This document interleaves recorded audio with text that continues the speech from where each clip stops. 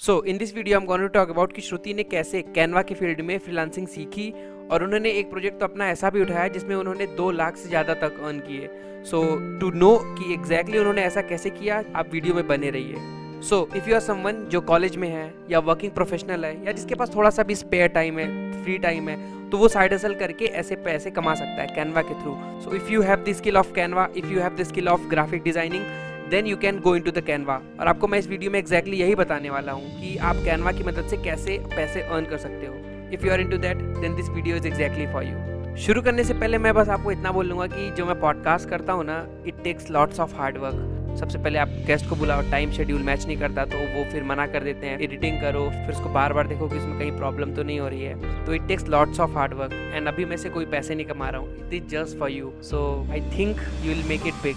I really want to work for you. Like मैं आप सबकी मदद करना चाह रहा हूँ। अगर आप कॉलेज में हो या आपके पास स्पेयर टाइम है या आप कोई भी हो जो बस सीखना चाहता है, तो I really want to help you. और आपको मेरी वीडियोज़ में हल्की सी भी वैल्यू दिखा करे ना, तो प्लीज़ सब्सक्राइब कर दिया करिए। चलिए साथ में ग्रो करते हैं। और हाँ, एक बात और बोल दूँ कि ये चैनल मेरा नहीं है, ये चैनल आप सबका है, क्योंकि इसे आप देखते हो। अगर आप नहीं देखोगे तो कुछ नहीं है, कुछ नहीं हूँ मैं। Without you I am nothing. So please help me to grow. और अगर कोई भी बंदा है जो फ्रीलांसिंग सीखना चाहता है, तो please share this video to them और चैनल को सब्सक्राइब कर सकते हो। फॉर्मेलिटी थोड़ा सा कर देता हूँ मैं। आपने ये कैसे शुरू किया फ्रीलांसिंग? एक्चुअली ये जैसे सबके साथ होता है, 12th में मैंने अमन भैया का वीडियो देखा था, अमन दत्तरवाल का। उन्होंने उस टाइम पे रिसेंटली सीरीज स्टार्ट की थी फ्रीलांसिंग के बारे में। तो वो वर्ड अपने आप में इतना नया था कि इंटरेस्ट हुआ कि, और हम बेसिकली स्टार्टिंग से फॉलो कर रहे थे भैया को कि क्या डालते हैं, क्योंकि उस टाइम पे फिजिक्स केमिस्ट्री वही था हमारा, साइंस वाले बच्चों का सब वही रहता है। तो उस टाइम पे इंटरेस्ट आया था, लेकिन क्योंकि बोर्ड्स रहते हैं तो सब ने मतलब उस टाइम के लिए वो प्लान ड्रॉप किया था कि भाई अभी फोकस करते हैं 12th के एग्ज़ाम्स पे, उसके बाद कॉलेज में जाने के बाद देखेंगे। तो कॉलेज में जाने के बाद सब इतना हेक्टिक हो गया कि ध्यान ही नहीं रहा कि स्टार्ट करना है। तो फिर उसके बाद लॉकडाउन लग गया। गोल्डन एरा बोलूँगी मैं मेरे लाइफ का। वो 2 साल में मैंने बहुत कुछ किया है। तो 2 साल में मैंने, पहला जो हमारा लॉकडाउन लगा तो 21 डेज़ का था। तो मैंने बोला कि अभी देखते हैं, वो जो भैया के वीडियोस से दोबारा खोला जाए, देखें क्या करते हैं। तो मुझे ये ग्राफिक डिज़ाइनिंग के बारे में मैंने देखा था कि कैसे करते हैं, क्या करते हैं, और बाकी सारे सॉफ्टवेयर्स भी थे, फोटोशॉप था, ये था। तो इनसे फेमिलियर थे क्योंकि स्कूल में भी कई बार बात हो जाती थी इनके बारे में, लेकिन उतना इंटरेस्ट दिखाया नहीं था उस टाइम पे बिकॉज ऑफ स्टडीज़। तो इस तरीके से एक्सपोजर आया था फ्रीलांसिंग की तरफ कि भाई ऐसे कुछ होता है और करना चाहिए। तो लॉकडाउन में स्टार्ट किया था ये सब।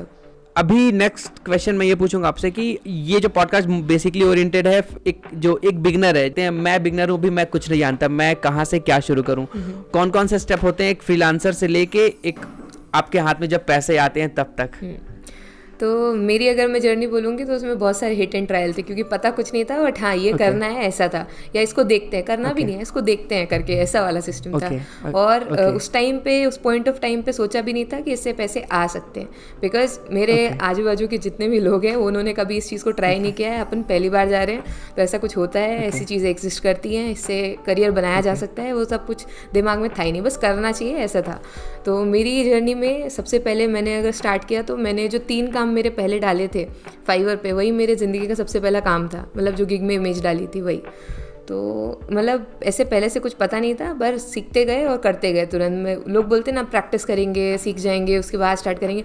मेरे केस में वैसे कुछ था ही नहीं है। मैंने जो सीखा मैंने तुरंत इम्प्लीमेंट किया। जैसे जैसे होता जा रहा था चीज़ें, जैसे जैसे जो समझ में आ रहा था वैसे वैसे वो करते गए। तो मैं सबसे पहले अगर किसी प्लेटफॉर्म पर ट्राई किया था तो वो था freelancer.com। और उस पर जो है सिक्योरिटी अमाउंट के लिए आपको बोला जाता है कि आप डिपॉजिट कीजिए करके। तो मैंने बोला कि भाई ये तो गलत बात है, हमको ही पैसे देने पड़ रहे हैं, काम भी हम ही देंगे। तो वो मुझे पसंद नहीं आया वो प्लेटफॉर्म, तो मैंने उस पर नहीं काम किया। फिर उसके बाद फाइवर के बारे में पता चला, लेकिन उसकी प्रोसेस इतनी बड़ी होती है कि आधे से लोग देख कर ही बोल देते कि हम नहीं करेंगे, लेकिन उस टाइम पर काफ़ी टाइम था। तो मैंने बोला देखा जाए करके। तो मैंने जो पहली गिग बनाई थी उस पर, गिग मतलब यही होता है कि आप लोगों को अपना काम डालना होता है और आप क्या करके दोगे, कितने प्राइजेज़ हैं, ये वो। तो उस टाइम पे ट्यूटोरियल नहीं थे फाइवर के बढ़िया तरीके से, और वेरिफिकेशन में कई लोगों को दिक्कत आती है, बट मेरे पास लकीली लैपटॉप था तो मेरा वेरिफिकेशन काफ़ी ईजिली हो गया था, सब कुछ हो गया था। तो मैंने फिर गिग विग बनाई और लगता है कि गिग डाल दिया है तो अब अगले दिन काम आएगा, ऐसे स्टार्टिंग में सबकी मेंटेलिटी होती है कि भाई आप गिग डालिए, अब काम आएगा, अब लोग बोलेंगे। वैसे कुछ नहीं होता है। आपको गिग बनानी है, आपको एसईओ के बारे में नहीं पता, मतलब मैं अपनी बात करूँ, मुझे एसईओ के बारे में नहीं पता था, गिग की इमेजेस क्या रोल प्ले करती हैं वो नहीं पता था, टैग्स कैसे यूज़ किए जाते हैं वो नहीं पता था, ऑप्टिमाइज टाइटल क्या होता है कुछ भी नहीं पता था। मतलब जो चीज़ें अभी समय के साथ पता चली हैं वो स्टार्टिंग में जैसे किसी को नहीं पता होता है, मुझे भी नहीं पता था। तो मैंने धीरे धीरे कर करके खुद से सीखा है। लोग बोलते हैं आप कैसे खुद से सीखे हो? भाई जब कोई चीज़ काम नहीं कर रही है तो आप उसका दूसरा ऑल्टरनेटिव देखते हो ना, कि भाई ये नहीं कर रहा है तो क्या होगा इसकी जगह, और फिर वो काम कर जाता है तो आप खुद से सीख गए हो कि भाई ये नहीं तो ये करना चाहिए, ऐसा। तो उस तरीके से ही मैंने सीखा था। उसके अलावा 2-3 चैनल्स थे उस टाइम पे जिन्होंने डाल रखा था कि भाई डेटा एंट्री का उन्होंने वर्क करके डाल रखा था। तो मुझे बड़ा अच्छा लगा कि भाई लेकिन डेटा एंट्री मेरा कहना चाहिए वो नहीं है, मैं उसमें नहीं कर सकती हूँ। कुछ आता है लेकिन इंटरेस्ट भी कोई चीज़ होती है, मुझे नहीं करना था। वर्क बहुत होता है हाँ, उसमें। बहुत काम होता है। और इतना, हालांकि उन्होंने ट्रिक्स विक्स भी बताई हुई थी, बट बहुत मुश्किल होता है डेटा एंट्री का क्लाइंट लेना। अगर क्योंकि जिन लोगों के पास पहले से होते हैं ना लोग, उनके पास ज़्यादा जाते हैं, क्योंकि इसमें कुछ आप स्पेसिफिक कुछ अच्छा सा क्रिएटिविटी का कुछ काम नहीं होता है। इसमें सिर्फ कितने आप एक्सपीरियंसड हो और कितने जल्दी करके दे पा रहे हो उस चीज़ का मतलब कहना चाहिए। तो डेटा एंट्री मतलब मेरे स्कोप के बाहर ही था, मैंने वो छोड़ ही दिया। तो मैंने ग्राफिक डिज़ाइनिंग में भी मैंने बोला फ़ोटोशॉप सीखना है। मैं थोड़ा ऐसे जल्दी जल्दी करने वाला प्राणी हूँ, तो मुझे जल्दी जल्दी करना होता है कुछ भी। तो मैंने कैनवा, उसके पहले क्रेलो करके भी एक वेबसाइट है, crello.com, तो वो कैनवा का ऑल्टरनेटिव है। उसके तरफ पहले value.com, क्रेलो CRELLO। Okay crello.com, okay. तो वो एक ऐसी वेबसाइट है जिसके बारे में ज़्यादा लोगों को पता नहीं है, बट वो एग्जिस्ट करती है। तो वो वाली वेबसाइट सिमिलर है कैनवा से, और उसमें भी सिमिलर फीचर्स हैं, लेकिन कैनवा के पहले मुझे क्रेलो मिली है और मैं क्रेलो पे पहले काम करती थी। तो वो भी फ्री है, मतलब उसमें कुछ लिमिट्स होती है कि आप एक दिन में 3 या 4 डाउनलोड्स ही कर सकते हो इस तरीके से। तो अगर वो हो गए उतने, तो उसके बाद फिर आप अगले दिन ही क्लाइंट्स को कुछ काम करके दे सकते हो, उसमें ऐसा सिस्टम होता था। तो वो वाला वेबसाइट मैंने देखा और उसमें भी सीखा कुछ नहीं। उसमें वो लोग एक कहना चाहिए इंट्रोडक्शन देते हैं कि भाई यहाँ पे ये होता है, यहाँ पे ये होता है, तो वहाँ से आपको पता चल जाता है रीड कर करके। आप जैसे कि जो आपके कीवर्ड्स हैं उसमें लिखे हुए होते हैं कि भाई इसका ये फंक्शन है, और बाकी आप यूज़ करते हो तो आपको समझ में आता है कैसे क्या करना है, और फिर समय के साथ साथ क्रिएटिविटी इंक्रीज़ होती है। तो ऐसे मैंने स्टार्ट किया था। तो उसके बाद क्रेलो का ट्यूटोरियल शायद आपको आज की डेट में भी मिलेगा, एक आध मिल जाएगा तो मिल जाएगा, बाकी है नहीं। तो इस तरीके से मैंने इससे स्टार्ट किया था। और क्रेलो मैंने बोला ना कैनवा से बहुत फेमिलियर है, तो बाद में जब कैनवा के बारे में मुझे पता चला तो मुझे इतनी दिक्कत नहीं गई, मैंने मतलब जल्दी उसमें काम करना स्टार्ट कर दिया था। और कैनवा कंपैरेटिवली फोटोशॉप, इलस्ट्रेटर इनके मुकाबले में हद ईजी सॉफ्टवेयर है, मतलब उसमें सब कुछ होता है और आपको सिर्फ आपकी क्रिएटिविटी पे है कि आपको कब कहाँ पे क्या यूज़ करना है। तो बस उसके बारे में। तो फिर मैंने जो पहली गिग बनाई थी वो बनाई थी फेसबुक एड्स के बारे में, और मुझे लकीली 2-2.5 महीने बाद ऑर्डर मिल गया था। भले गिग की इमेज उतनी अच्छी नहीं थी, मैंने बताया, मुझे समझ में आया बाद में कि भाई इमेजेस का बहुत रोल होता है और आपका काम कितना अच्छा है। पर वो बायर काफ़ी स्वीट थे और उन्होंने मुझे ऑर्डर दिया था, $5 का था, और मैंने उनको 10-12 सैम्पल्स दिए थे मेरे हिसाब से। तो पता नहीं था ना कि कैसे करना चाहिए, तो मैंने तो बोल दिया जो पसंद आएगा ठीक है करके दे देते हैं। हम तो फ्री बैठे हुए थे तो बना दिए बहुत सारे दे दिया उनको, जितने थे उनको जो पसंद आया तो फिर उन्होंने रख लिया, हम भी खुश हो गए। मैंने तो सारा काम इनबॉक्स में ही कर दिया था, ऑर्डर पेज का भी नहीं पता था कि भाई ऑर्डर पेज पे आपको कंटिन्यू करना चाहिए ऑर्डर प्लेस के बाद। तो फिर कुछ नहीं, खुशी खुशी में ऐसे ही भेज दिया था। फिर उन्होंने बोला आप एक बार, उन्होंने खुद ने बोला कि भाई डिलीवर करो, आपको डिलीवरी देनी पड़ेगी। अब डिलीवर कैसे करना है, तो फिर उसमें वही सब कुछ पढ़ के कि कहाँ पे क्या है, फिर उसके बाद डिलीवर कर दिया। फिर रेटिंग्स मिली, 5 स्टार प्रोफाइल देखी, अच्छा लगा कि भाई चलो कुछ रेटिंग मिली। पैसे का अभी भी कुछ नहीं है, वो पहला ऑर्डर का पैसे मुझे आज तक नहीं मिले, मेरे पास आए भी नहीं है, क्योंकि इनएक्सपीरियंस जिसे कहते हैं ना, एक्सपीरियंस नहीं होता आपके पास, और आप जब स्टार्ट करते हो कोई चीज़ तो काफ़ी सारी मिस्टेक्स होती हैं, तो नहीं पता था कि कैसे लिया जाता है। फिर जब पेमेंट की बारी आ गई तब पता चला कि पेपॉल और पेनीर एग्जिस्ट करते हैं और इनसे इंटरनेशनल पेमेंट्स ली जाती हैं। तो वो पीरियड में इतना लर्निंग पीरियड था वो, कि सब चीज़ें ऐसे ही सीखी हैं। जब आ गया तो वो 350-400 रुपये अभी तक नहीं मिले मुझे, वो गए। और उसके बाद भी पेयोनियर का कुछ मिनिमम अमाउंट होता है, आप उससे कम में निकाल ही नहीं सकते हो। तो मैंने बोला वो तो वैसे भी निकल पाते, तो जाने तो कोई बात नहीं। और उसके बाद फिर एक आध ऑर्डर और मिला था, मैंने नई गिग बनाई थी कि भाई अब ये अच्छा मिल गया, इस पर एक दूसरी गिग बनाई जाए कि बिज़नेस से रिलेटेड कुछ था कि मैं कंसल्टेंट हूँ ये वो। तो उस पर जो है रेटिंग्स काफ़ी ख़राब थी, 1 स्टार रेटिंग मिली थी कि 2 स्टार रेटिंग मिली थी। तो फिर वो पूरा आपका गया काम जितना भी था, क्योंकि आपको आता नहीं है और आपने स्टार्ट करा है तो फिर आपके साथ ऐसे ही होगा। तो फिर वो प्रोफाइल बंद कर दी। उसके बाद बीच में ऐसे आया था कि अब कोरोना ख़त्म हो गया है, अभी वापस कॉलेज स्टार्ट हो गया, तो मैंने ड्रॉप करते हैं, अब इसे अब वापस जाते हैं, पढ़ाई लिखाई करेंगे। लेकिन फिर उसके बाद एक्सटेंड हो गया, फिर वापस दोबारा से कंटिन्यू करने के लिए दोबारा नया अकाउंट, दोबारा नई चीज़ें, और अभी तक के इसमें जो जो सीखा तो फिर वापस इम्प्लीमेंट करके फिर बनाया था। फिर 2 महीने लगे और उसके बाद फिर ऑर्डर मिला, तो फिर वो जो जर्नी स्टार्ट हुई है तो अभी तक कंटिन्यू हुई है, अभी तक ऑर्डर्स मिलते हैं उसी अकाउंट पे ऐसा। और रेटिंग कितनी मैटर करती है किसी भी फ्रीलांसिंग प्लेटफॉर्म पे? बहुत मैटर करती है, क्योंकि एक्चुअली अगर आपकी रेटिंग 3 है, 2.5 है, 1 है, तो कौन ही खरीदेगा। जैसे अमेज़ॉन पे भी सब रेटिंग देख लेते हैं कि भाई क्या रिव्यू है, क्या रेटिंग्स है, वैसे ही यहाँ पर भी आने के बाद इंसान आपका रिव्यू देखता ही है, रेटिंग्स देखता ही है। हो सकता है आपको कोई एक आध ऑर्डर दे दे अगर आपकी रेटिंग्स ख़राब भी हैं, लेकिन आप ज़्यादा क्लाइंट्स की उम्मीद नहीं कर सकते हो। तो रेटिंग्स आपको 3.7 तो मैंने बहुत कम बोल दिया, आपको 4.7, 4.8, 4.9 ऐसे मेंटेन करके रखनी चाहिए। और ये जो फ्रीलांसिंग प्लेटफॉर्म आप बता रहे हैं फाइवर और जो आपने एक दूसरी बताई, उसमें कंपटीशन बहुत ज़्यादा है। तो एक बिगनर है, अगर वो सबसे पहले तो उसको स्किल लर्न करना होगा, बिना स्किल के तो वो प्लेटफॉर्म पे जाएगा नहीं। तो उसने अगर स्किल लर्न भी कर लिया, सपोज करिए जैसे आपका फील्ड कैनवा है, तो मैं कैनवा का एग्जाम्पल लेता हूँ। तो अगर उसने कैनवा सीख लिया तो फिर वो रजिस्टर कर रहा है उस पर फ्रीलांसिंग वेबसाइट, मान लीजिए कि फाइवर पे कर रहा है, तो उसको नहीं आएगी तुरंत उसको ऑर्डर नहीं मिल जाएगा और वो डिमोटिवेट होकर चला जाता है। तो उसको आप क्या बोलेंगे? पहली चीज़ तो ये है कि जो लोग भी कैनवा पे काम कर रहे हैं तो फोटोशॉप और इलस्ट्रेटर वाले लोगों से थोड़ा दूर रहें। उसका कारण ये है कि हर सॉफ्टवेयर का अपना अलग वो रहता है। तो ऐसा नहीं है कि फोटोशॉप मुझे नहीं आता है, मुझे आता है, लेकिन पसंद की भी बात होती है कि वही काम वही पोस्ट में फोटोशॉप में डिज़ाइन करने में ज़्यादा टाइम लगता है ऑब्वियसली, और कैनवा में मैं थोड़ा जल्दी बना लेती हूँ और मुझे उसमें काम करना अच्छा लगता है। तो लोग बोलते हैं कि हमें कौन सा सॉफ्टवेयर चूज़ करना चाहिए, तो आपके ऊपर, आप सब सीख सकते हो। उसके बाद किस पे काम करना है वो भी आपकी मर्जी है, आपको इस पे अच्छा लग रहा है आप इस पे काम कर सकते हो। तो दूसरे लोगों से पहले तो अपने सॉफ्टवेयर को लेकर के डिमोटिवेट नहीं होना है। आप कुछ अच्छे लेवल का क्रिएट कर सकते हो, जो एट द एंड जो मैटर करता है वो आपकी क्रिएटिविटी है। अगर आपको फोटोशॉप आता भी है लेकिन आपका दिमाग नहीं चल रहा है कैसा कलर पैलेट यूज़ करना चाहिए, कैसे फॉन्ट्स यूज़ करने चाहिए, क्या चीज़ें कहाँ पे अच्छी लगेंगी, कहाँ पर कौन सा इफेक्ट डालना है, तो फिर कोई मतलब आप कितना भी अच्छा सॉफ्टवेयर आपको क्यों ना उसके सारे फंक्शंस पता हो, पर आपको यूज़ करना आना चाहिए। तो वही सेम चीज़ हो जाती है। और डिमोटिवेट होने की बात रही तो स्टार्टिंग में आप सोचो कि आज ही ऑर्डर मिल जाए, आज ही बनाने के बाद, तो वो थोड़ा सा इम्पॉसिबल है। क्यों? क्योंकि वो एक दिन तो आपको कहना चाहिए आपकी प्रोफाइल को रिव्यू करने में ही लेते हैं कि भाई आप कैसे, नया बंदा आया है, मतलब सही है कि नहीं है, क्या आप सर्विसेज ऑफर कर रहा है, कहाँ पे कौन से पेजेस पे उनको शो करना है। क्योंकि आपकी जो गिग है जब कोई सर्च करेगा तो उसको दिखाना भी तो पड़ेगा, तो कहाँ पर दिखाना है, उसके बाद लोग कैसे रिस्पॉन्ड कर रहे हैं आपके उसमें, तो पैटर्न समझने में उनको लग जाता है टाइम। कई बार कुछ लकी केसेस होते हैं जिनको 36 आवर्स के अंदर भी ऑर्डर मिल जाता है। काफ़ी सारे लोगों ने बोला है दी हमको ऑर्डर मिल गया करके, मैंने बोला अच्छी बात है। हो सकता है आपका एसईओ आपने जो किया हो, जो कीवर्ड्स आपने सेलेक्ट किए हो, उन पर काफ़ी कम गिग्स हों और उसके बाद काफ़ी कम लोग हैं और आप पहले उस पर आ गए और आपका जो कहना चाहिए गिग का इमेज अच्छा था और क्लाइंट को पसंद आ गया तो आपके पास आ गया और ऑर्डर दे दिया, सिंपल है।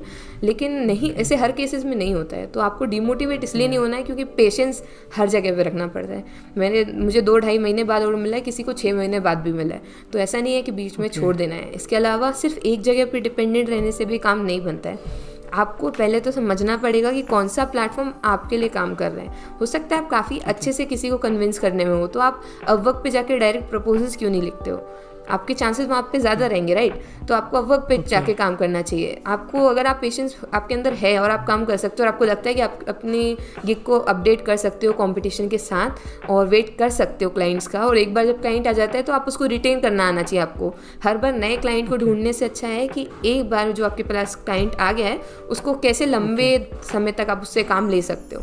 और कोल्ड ईमेल्स लिखा करो यार, ईमेल्स लिख के अपने क्लाइंट्स को जो आपके टाइप के हैं उनको अप्रोच करने की कोशिश करो। ईमेल बहुत ही बढ़िया तरीका है और प्रोफेशनल भी है, तो लोग पढ़ते भी हैं, ऐसा नहीं कि नहीं पढ़ते हैं, तो देखते हैं। तो बस इतना है कि एक अच्छी सा हुक होना चाहिए जो मतलब पढ़ने के लिए सामने वाले को ऐसे करे कि नहीं क्या है करके बस। और उसके बाद अपने क्लाइंट्स को नीच डाउन करो और उनको अप्रोच करो। आपको ऑफलाइन भी काम मिल सकता है, ऑनलाइन भी मिल सकता है, प्लेटफॉर्म्स पे मिल सकता है, ईमेल के थ्रू भी मिल सकता है, बस आपको अप्रोच करना आना चाहिए। और जब मैं अप्रोच कर रहा हूँ या तो कोई बिगनर अप्रोच कर रहा है तो वो उसके पास शुरू में तो कोई बहुत ज़्यादा एक्सपीरियंस है नहीं कि वो उसके पास बहुत सारे एक्सपीरियंस है, उसने बहुत सारे डिज़ाइंस बना के रखे हो, तो वो अपने रेज्यूमे में क्या डाले या वो अपना रेज्यूमे कैसे बनाए? एक बिगनर के लिए रेज्यूमे कैसा होना चाहिए? ये तो बेस्ट चीज़ है ना कि आपके पास काम नहीं है। आप लोगों को क्या करना है, आप जिसको अप्रोच कर रहे हो उसको कस्टमाइज्ड करके दो पूरा। जैसे कि कोई वीडियो एडिटर है या फिर कोई थंबनेल डिज़ाइनर है, वो मुझे अप्रोच कर रहा है एज अ यूट्यूबर, मुझे 2 ही लोगों की ज़रूरत पड़ेगी, या तो फिर ज़्यादा से ज़्यादा जो ट्रांसक्रिप्शन करता होगा उस बंदे की ज़रूरत पड़ेगी। कंटेंट राइटर की मुझे ज़रूरत नहीं है क्योंकि मेरा यूट्यूब पे वो काम है ही नहीं। तो ये 3 लोगों की ज़रूरत पड़ेगी। तो अगर आप मुझे मेल लिख रहे हो और आप चाहते हो कि मेरे साथ काम करो और आपका पीछे का कुछ नहीं है काम, तो आपका सबसे अच्छा तरीका क्या होगा, मेरी कोई क्लिप उठाओ, वीडियो उठाओ और उसको डाउनलोड करो और उसके बाद आप मैंने जैसे एडिट किया हुआ है और आपने जो एडिट किया है, क्या डिफरेंस है, क्या वैल्यू आप ऐड करके दोगे मुझे कि मुझे आपको क्यों हायर करना चाहिए, वो एक पीस में ही आप प्रूव कर सकते हो। और उसके बाद मैं कन्विंस हो जाऊंगी तो ऑब्वियसली आपको हायर किया जाएगा। तो इसमें सबसे बड़ी बात है आपके पास काम नहीं है। तो दूसरी चीज़ क्या होगी आपका, तो पहली चीज़ तो ये होगी कि आप लोगों का काम भी बनेगा, पोर्टफोलियो भी जो है आपका इंक्रीज़ होगा क्योंकि आपने मेरा करके दिया। और दूसरी चीज़ आपकी प्रैक्टिस भी होती जाएगी क्योंकि आपके पास एज अ बिगिनर पहले से कुछ काम नहीं है, तो आप मेरा करके दोगे तो ऐसे नहीं सोचना है कि भाई मैं आपको करके दे रहा हूँ ये वो नहीं, आपका प्रैक्टिस भी तो हो रहा है, आपका खुद का भी बेनिफिट हो रहा है। और ऊपर से अगर आपने सही से करके दिया और मुझे पसंद आ गया तो आप मेरे साथ काम भी करने वाले रहोगे। तो वो चीज़ें हो जाती हैं। हर जगह पे अपना पहले से फ़ायदा नहीं देखना है, पहले अपने आप को बिल्डअप करना है, अपनी ब्रांड वैल्यू जो कहते हैं ना, खुद की पर्सनल वैल्यू बनाना सीखो कि भाई आपका नाम सुन के कि नहीं ये बहुत अच्छी वीडियो एडिटिंग करता है, इनको आप फिर रेफरेंस भी मिलता है। ऐसे में कोई मुझसे पूछेगा तो मैं बोलूँगी नहीं नहीं ये अच्छा करते हैं। तो इस तरीके से रेफरल से भी काफ़ी सारे लोग जुड़ते हैं। तो इसलिए ज़रूरी है कि अगर आपके पास कुछ नहीं है पहले से तो आप लोग जो है इस तरीके से अप्रोच करो किसी को और उनके लिए कस्टमाइज़ करके दो। अगर मैं थंबनेल डिज़ाइनर हूँ तो मेरे जो थंबनेल्स हैं जो आपको लगता है बेटर हो सकती हैं और आप कैसे बेटर कर सकते हो तो आपको बना के देना चाहिए कि भाई आपने ऐसे किया है इससे ज़्यादा अट्रैक्ट होंगे, या मैंने ऐसे बनाया है, जो टूल बनाया है उसके बारे में लिख के दो कि आपने कितने टाइम से, स्टार्टिंग में आपने उतना एक्सपीरियंस नहीं है तो वो मेंशन करो ऑनेस्टली कि भाई नहीं मैं उतना एक्सपीरियंस हूँ लेकिन मैं आपको बेस्ट काम करके देने की कोशिश करूँगा और मेरा ये काम है, मैंने आपका जो है ऑलरेडी आपके एग्जिस्टिंग थंबनेल को इस तरीके से नया तरीके से करके दिया है। तो अगर आपको अच्छा लगता है तो आप मतलब रिवर्ट करो, वापस बात करो करके, या तो वो सही चीज़। अमन दत्तरवाल भैया ने भी यही कहा था कि जरूरी नहीं है कि शुरू में तुमको लेना है किसी से, तुम दे भी सकते हो। तो वहाँ पे तुमको अपने आप मिलेगा बाद में। तो कैनवा कितना पावरफुल टूल है। अगर मैं पूछूं कि ये जो सपोज करिए मैं कोई भी फेमस यूट्यूबर्स के नाम लेता हूँ, ईशान शर्मा का ले लीजिए, अमन दत्तरवाल भैया का ले लीजिए, इन सारे का जो थंबनेल डिज़ाइन होता है वैसे थंबनेल डिज़ाइंस कैनवा से डिज़ाइन हो सकते हैं। हाँ, इसलिए भी मैं बोल रही हूँ क्योंकि अमन भैया के में क्या होता है, थंबनेल्स जिन्होंने भी नोटिस की होगी, एक प्लेन ग्रेडियंट होता है, भैया की इमेज होती है, उसके ऊपर बाउंड्री होती है और उसके बाद जो टेक्स्ट होता है वो उनका एक बेसिक फॉन्ट है जो उनको पसंद है। आई गेस वो एंटोन है कि पता नहीं क्या है, बट ऐसे कुछ फॉन्ट है वो, तो वो यूज़ करते हैं। तो उनकी इमेज में ज़्यादा ग्राफिक्स नहीं होते हैं और वो आप जो है वैसे बना सकते हो। बट किसी के में ज़्यादा आपको इफेक्ट्स दिखेंगे कि नियॉन इफेक्ट दिख रहा है साइड से, या आपको कुछ अलग सा इफेक्ट दिख रहा है, मास्किंग की गई है, पता नहीं क्या क्या किया गया। तो बहुत सारी चीज़ें जो की गई हैं वो हो सकता है फोटोशॉप में की गई हो, पर आप सिमिलर तो कोशिश करके जो है कैनवा में बना सकते हो। काफ़ी सारे लोग बनाते हैं और काफ़ी सारे लोग जो है उसको ऑफर भी करते हैं उसकी सर्विस। तो बेसिक थंबनेल्स तो आप बना ही सकते हो और एडवांस भी बना सकते हो, लेकिन प्रैक्टिस के साथ आपको पता होना चाहिए कि कहाँ पे कौन सा इफेक्ट है, क्योंकि बहुत सारे फंक्शंस हैं कैनवा में और आपको शायद पता भी नहीं होंगे, बहुत सारे फंक्शंस हैं और वो इनबिल्ट हैं उसके अंदर। कुछ तो भी कुछ वेबसाइट्स के साथ उन्होंने कोलैब किया हुआ है, तो वो सारे जो फंक्शंस हैं कैनवा में अवेलेबल हैं, बट आपको यूज़ करते आना चाहिए। उसमें एलिमेंट्स भी इतने सारे हैं पर आपको सर्च करते आना चाहिए कि भाई ये चीज़ चाह रहे हो तो उसके लिए क्या कीवर्ड यूज़ किया जाए। तो कई बार सर्चिंग के ऊपर भी रहता है, थोड़ा सा आपको ढूंढना पड़ेगा और उसके बाद टाइम दोगे तो अपने आप अच्छी चीज़ें निकल करके आती हैं। और एक डिज़ाइन बना ली है तो उस पर थोड़ी देर ठहर के देखो कि भाई क्या बेटर किया जा सकता है, क्या ये भी ट्राई किया जा सकता है, तो उसको डुप्लीकेट करो और नई चीज़ें ट्राई करो। तो एट दी एंड आपको खुद को लगेगा कि मैंने बेटर बनाया है पहले वाले से। तो लोग क्या करते हैं, एक बार ट्राई किया, बनाया और डाउनलोड किया, भेज दिया, वो आपका बेस्ट नहीं है, आपने उस पर टाइम ही नहीं दिया है। ऐसे होता है। जब आपने पहला फाइवर वेबसाइट पे रजिस्टर किया था, आपने सबसे पहले फाइवर वेबसाइट पे रजिस्टर किया था? नहीं, फ्रीलांसर पे किया था। ओके, फ्रीलांसर पे किया था। तो आपको सबसे पहला ऑर्डर कितने टाइम में मिल गया था? मुझे तो दूसरा। और उसने कितना पे किया था? नहीं, पहला ऑर्डर पे फ्रीलांसर पे मैंने बताया ना, उन्होंने बोला था सिक्योरिटी अमाउंट के लिए, तो मैंने हाँ मैंने क्विट किया उधर से। यानी कि सबसे पहला ऑर्डर आपका फाइवर पे था। हाँ। और कितना पे किया था उन्होंने? $5। $5, ओके। क्योंकि शुरू में ये भी बहुत होता है, क्योंकि आप खुद से काम कर रहे हो ना, तो एक सेंस ऑफ प्राउड आता है उसमें। नहीं, और मैंने कभी एक्सपेक्ट नहीं किया उस टाइम पे कि मुझे कभी $100 का, $300 का ऑर्डर मिलेगा। उस टाइम पे $5, $10 बहुत हो गया भाई, $10 का ऑर्डर मिला, ऐसे होता था। तो मुझे मैक्सिमम स्टार्टिंग में $35 तक के भी जो ऑर्डर्स मिले मैंने बहुत शिद्दत से किए हैं। मुझे मतलब बहुत वो, और अभी ऐसे इच्छा नहीं होती उतना छोटा ऑर्डर लेने की, अभी बड़े ऑर्डर्स मिलते हैं। तो जो छोटे ऑर्डर्स होते हैं मेरे जो स्टूडेंट्स हैं मैं उनमें दे देती हूँ कि भाई आप करके दे दो करके। जो बड़े ऑर्डर्स हैं उन पर दिमाग ऐसे ध्यान शिफ्ट कर लिया होता है। तो ये हो जाता है। स्टार्टिंग में आपको छोटी छोटी चीज़ों में भी खुशी ऐसे ढूंढनी पड़ेगी, फिर उसके बाद आपकी खुद की वैल्यू बन जाती है, आपकी प्रोफाइल स्ट्रांग हो जाती है, तो आपको अच्छे ऑर्डर्स आते हैं, अच्छे क्लाइंट्स मिलते हैं। और फिर उसके बाद कुछ क्लाइंट्स ऐसे होते हैं जो आपसे मतलब स्टार्टिंग से जुड़े हुए हैं। जैसे मेरे पास भी एक क्लाइंट है और उनकी एक वेबसाइट है मैथ जूनियर करके, तो वो जो है अबेकस के बारे में पढ़ाती हैं स्टूडेंट्स को। तो उनकी जितनी भी बुक्स हैं, जितने भी पोस्ट हैं, जितना भी मतलब उनकी काम जितना भी हुआ है वेबसाइट पे, सारा कुछ मैंने किया हुआ है। तो वो मुझसे 2 साल से जुड़ी हुई है। तो ऐसे भी क्लाइंट्स आपको कई बार मिलेंगे, बट आपको वेट करना पड़ेगा और स्टार्टिंग में ही नहीं मिल जाते हैं, ऐसा होता है। और अगर आप बोलना चाहें कि टॉप 5 फ्रीलांसर वेबसाइट तो कौन कौन सी होंगी? टॉप 5 तो जो जेन्युइन है, जिनके बारे में मैंने सुना भी हुआ है, तो उनके बारे में बताती हूँ मैं। पहली तो फाइवर होगी, दूसरी फ्रीलांसर होगी। बट फ्रीलांसर पे आपको थोड़ा सा ऐसे चतुर रहना पड़ेगा कि भाई कहाँ पे जाना चाहिए, कहाँ पे नहीं जाना, क्योंकि वो one of the old website है, तो उसमें मतलब जेन्युइन क्लाइंट्स आते हैं। इसके अलावा अपवर्क बहुत ही अच्छी है, लेकिन उसके लिए थोड़ा सा प्रोफेशनलिज्म चाहिए होता है। आपको कैसे बात करना है, कैसे अप्रोच करना है, और थोड़ा सा ज़्यादा अमाउंट के जो है ऑर्डर्स आते हैं उस पर, तो आपको थोड़ा सा देखना पड़ेगा उधर पे। इसके अलावा गुरु है, guru.com है, और ट्रूलैंसर का भी मैंने सुना है, बट मैं जानती नहीं हूँ उसके बारे में, इसलिए उसकी जगह पे पीपल पर आवर को मैं बोलूँगी कि आप ट्राई कर सकते हो। पर पीपल पर आवर में भी यही है कि आपको एक्सपीरियंस होना पड़ेगा। तो जो 3 वेबसाइट जिन पे अभी आप बिना एक्सपीरियंस के भी कहना चाहिए उतर सकते हो या ट्राई कर सकते हो अपने आप को, तो वो अपवर्क, फ्रीलांसर और फाइवर ही है। और अगर आपको कैनवा सीखना है तो इनिशियली आप हिट एंड ट्रायल से ही सीखोगे, बट हिट एंड ट्रायल करने के लिए भी कहीं कोर्सेज या तो फ्री कोर्सेज या पेड कोर्सेज आप क्या रिकमेंड करोगे? फ्री कोर्सेज बहुत सारे हैं। आपको पेड लेना हो तो उनकी पेड में क्या होता है, वो लोग काफ़ी सारी चीज़ें आपको बनाना सिखाते हैं। जैसे सिर्फ फंक्शंस नहीं बता देते कि यहाँ पे ये है, क्योंकि अगर आप बिगिनर कोर्सेज जितने भी देखोगे ना, तो उसमें क्या होता है, वो लोग सारे एक एक फंक्शन को बताते हैं कि भाई ये टैब है, इसमें इतने फंक्शंस हैं, ऐसे किया जाता है, इससे ये होता है, उससे वो होता है, वो तरीका बताते हैं। लेकिन जो आपका पेड वाला जो वर्जन लेते हो उसमें वो ये सब तो बताती हैं जो बेसिक है। इसके अलावा वो क्रिएटिविटी भी थोड़ी सी इन्हांस कराते हैं, आपको कैसे कलर पैलेट चूज़ करनी चाहिए, आपको कैसे वो करना चाहिए, कुल मिला के वो थोड़ा सा डिज़ाइनिंग के बारे में बताते हैं। तो पेड कोर्सेज हल्का सा एडवांस लेवल है, और जो हमारी यूट्यूब पे काफ़ी सारे फ्री कोर्सेज भी पड़े हुए हैं। इनफैक्ट मैंने भी एक डाला हुआ था, अभी रिसेंटली डाला था, लास्ट ईयर डाला था, रिसेंटली नहीं, लास्ट ईयर डाला था। तो उसमें भी मैंने 25 मिनट में मैंने सारे फंक्शंस बता दिए थे, और उसी चीज़ को समझाने के किसी ने 1.5 घंटे का भी बनाया हुआ है। तो बस ऐसे है, तरीका है बताने का अपना अपना। तो एग्जैक्टली ऐसा होता है कि पेड कोर्सेज वो मोर ऑफ ऑर्गेनाइज्ड वे में आपको चीज़ें देते हैं, और फ्री कोर्सेज में इन द सेंस की फ्री कोर्सेज क्या बोलूँ मैं उसको, अगर आप यूट्यूब से सीख रहे हैं, आप यूट्यूब से सीख सकते हैं ना। हाँ, पूरा कैनवा आप यूट्यूब से सीख सकते हैं, बिल्कुल सीख सकते हैं। और यूट्यूब में बहुत अच्छे अच्छे कोर्सेज भी अवेलेबल हैं, मतलब बहुत ढंग तरीके से उन्होंने बताया हुआ है सारा कुछ। तो अगर आप देखोगे तो आपको मतलब अभी सीखने के हिसाब से ज़्यादा अच्छा कंटेंट आपको मिल जाएगा यूट्यूब पे। तो अभी फ्री कोर्सेज पे जाओ, और फिर लगता है कि नहीं यार इसमें और भी चीज़ें सीखनी चाहिए, एडवांस होना है थोड़ा सा, तो एक आध कोर्स ले सकते हो बाद में। अभी स्टार्टिंग में तो आप फ्री से स्टार्ट कर सकते हो। अभी मैं नेक्स्ट क्वेश्चन ये पूछूंगा कि जिनके पास अगर मोबाइल है और लैपटॉप नहीं है, क्योंकि बहुत सारे लोग होते हैं ऐसे जिनके पास लैपटॉप नहीं होते, तो क्या वो अर्न कर सकते हैं एज अ फ्रीलांसर केवल मोबाइल की मदद से? यस। तो मोबाइल होना भी अपने आप में बड़ी बात है भाई। मोबाइल है तो इसका मतलब ये नहीं है कि आप कहीं से कम हो। आपके पास जो है आप उसमें स्टार्ट कर सकते हो। इनफैक्ट कैनवा का ऐप आता है, तो आप उसको डाउनलोड करो, फ्री वाला वर्जन जो है।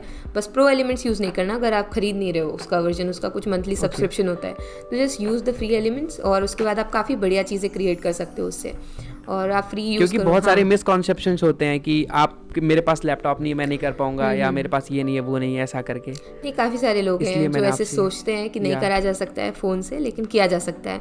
जिस द थिंग इज़, अगर आप फाइवर पे ट्राई कर रहे हो तो आप लोगों को जो है वेरिफिकेशन में कई बार बच्चों को दिक्कत आती है रजिस्टर करने में। तो क्योंकि ना फ़ोन से नहीं हो पाता है, तो आपको सिर्फ लैपटॉप उस वेरिफिकेशन में OTP जो डालना होता है ना, सिर्फ उसके लिए चाहिए बस। इसके अलावा आप पूरा फाइवर ऐप जो है फ़ोन से यूज़ कर सकते हो, पूरा कैनवा ऐप फ़ोन से यूज़ कर सकते हो। डाउनलोड करो, अपलोड करो ड्राइव में, सीधा लिंक शेयर कर दो, तो क्वालिटी भी मेंटेन हो जाती है और सारा कुछ बढ़िया तरीके से हो जाता है। तो बस इसे यूज़ करना है।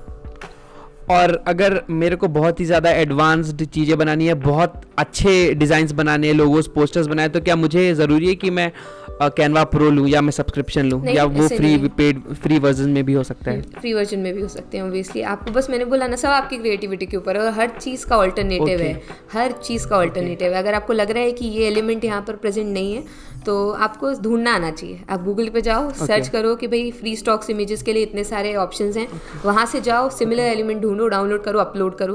बैकग्राउंड रिमूवल प्रो में होता है, तो बैकग्राउंड रिमूवल के लिए फ्री वेबसाइट्स कितनी सारी हैं, वहाँ जाओ। बस आपको थोड़ा घूमना पड़ेगा कि भाई कहाँ पर क्या चीज़ हो सकती है। स्टार्टिंग में जब नहीं था मेरे पास प्रो, तब मैंने भी यही किया कि भाई बैकग्राउंड रिमूवल कैसे किया जाए, तो वेबसाइट से कितनी सारी, उससे करो, फिर अपलोड करो, कोई दिक्कत है नहीं है।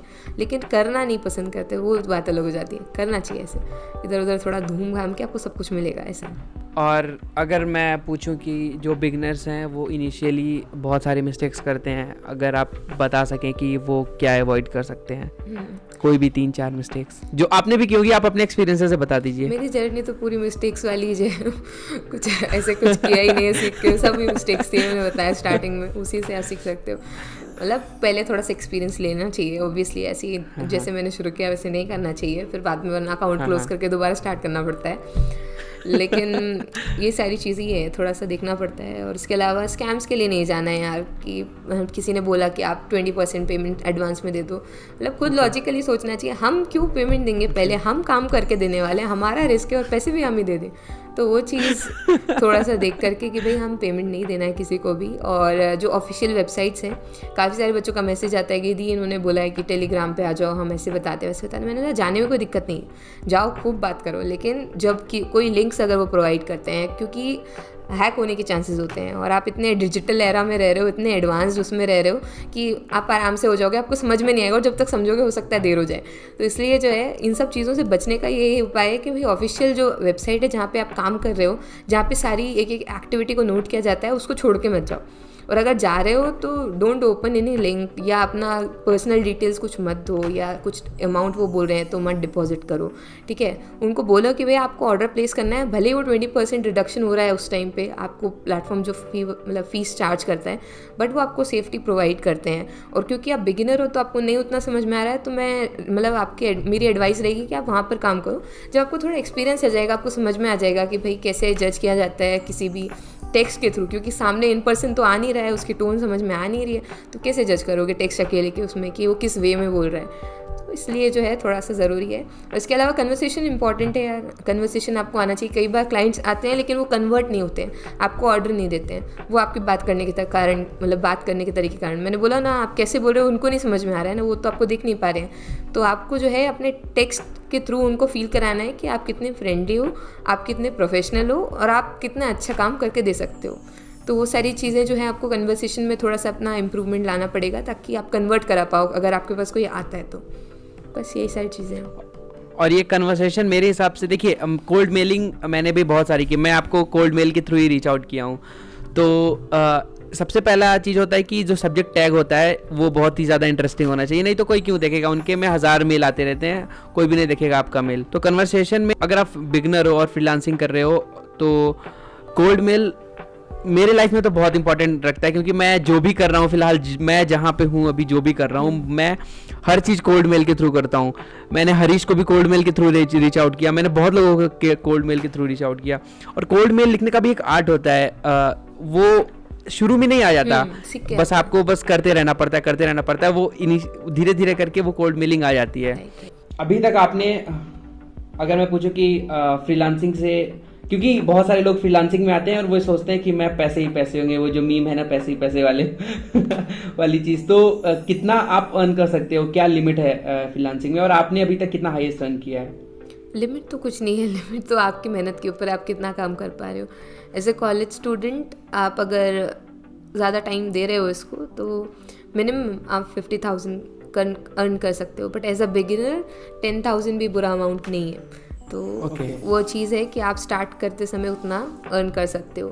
और अभी तक का हाईएस्ट मेरा अर्न हुआ है लास्ट ईयर जनवरी में 2 लाख सिर्फ 5 से। हाँ, तो वो सिर्फ एक बार ही हुआ है उतना अमाउंट रीच, क्योंकि मैंने बोला ना उसके बाद स्टार्ट हो गया सब कुछ, कॉलेज वॉलेज ये वो, तो आप उतना टाइम नहीं दे पाते हो।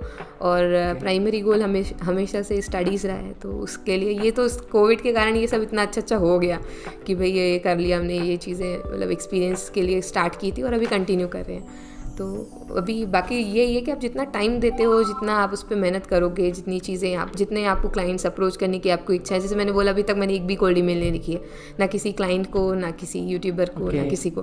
तो मैं लिखूंगी तब तो उसका रिजल्ट आएगा या हमें मिलेगा।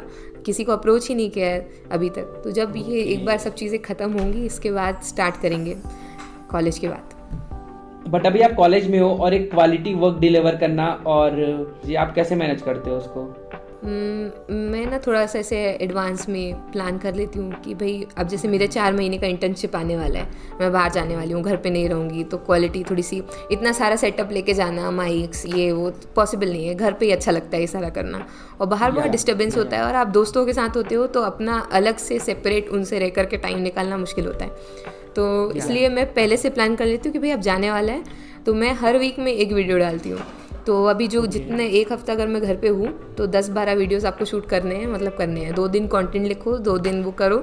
एडिटिंग नहीं हो रही है, बहुत टाइम लेती है, 6-6 घंटे ले जाती है, तो किसी को हायर करो, किसी को हायर कर लो, उसको पे करो और उससे करवा लो, और अपलोड घर पे करो, क्योंकि घर पे वाईफाई है तो फटाफट अपलोड हो जाता है। हमारे वहाँ पे तो नेटवर्क भी नहीं आता ढंग से, तो इसलिए जो है इस तरीके से मतलब पहले प्लान करना होता है कि आगे ये होने वाला है तो नहीं कर पाओगे, तो पहले उसको टाइम दे दो, उसके बाद फिर बाद में जहाँ जा रहे हो वहाँ पे फोकस करो, ऐसे रहता है। और कंटेंट जो है आप बना सकते हो, वहाँ पर भी लिख के रख सकते हो, जो आइडियाज़ आ रहे हैं आप स्क्रिप्ट्स तैयार कर सकते हो। स्क्रिप्ट्स में तैयार नहीं करती, पर कंटेंट आप ले सकते हो कि भाई इस चीज़ पे अगले आने वाले टाइम में मैं जब भी घर जाऊँगी तो जो है इसके ऊपर वीडियो बनाना है, ये चीज़ जो है डिलीवर करनी है।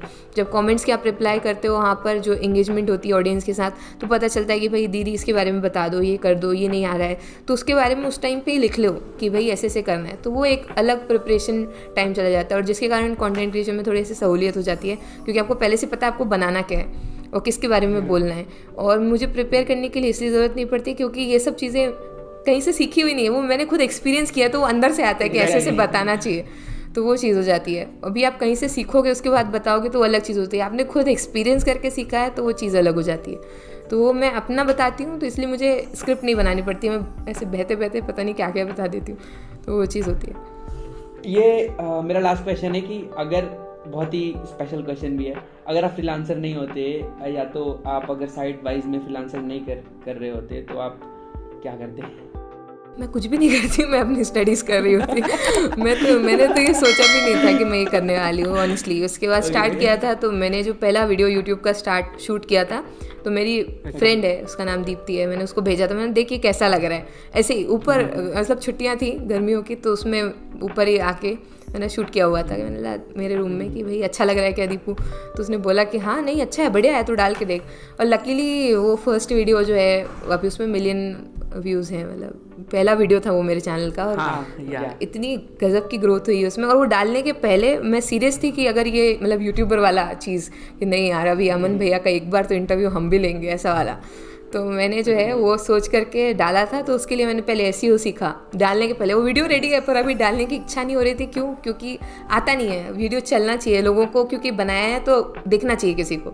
मेरा ये था कि अभी मैं डाल रही हूँ तो 100 लोग तो देखें। उस टाइम पे गोल ये था कि 100 लोगों को देखना चाहिए अलग अलग। मेरा खुद का देख देख के 25 व्यूज़ तो मैंने खुद ने कर दिए थे। तो वही है कि भाई मम्मी को दिखाया, पापा को दिखाया, भाई बहनों को सबको दिखा डाला कि मेरा पहला वीडियो गया। तो उस तरीके से स्टार्ट किया था। तो मतलब सोचा था कि नहीं इसको कंटिन्यू करना है। यूट्यूब का मैंने सोचा था कि मुझे कंटिन्यू करना है, बाकी फ्रीलांसिंग का ऐसा था कि वो अपने आप ही हुआ है, मैंने नहीं सोचा था कि करना है करके। और फिर वही सी चीज़ है जो सीखी वही सिखा रहे हैं, ऐसा हो गया। जब आपने पहली वीडियो डाली थी तो उसमें आपने कोई SEO ऑप्टिमाइज किया था कि बस डाल दिया था? नहीं, मैंने बहुत मेहनत की उस वीडियो में। मैंने उसमें काफ़ी सारे, मतलब उस टाइम पे जो मेरा वीडियो था पहला, वो कैनवा और फाइवर के बारे में था।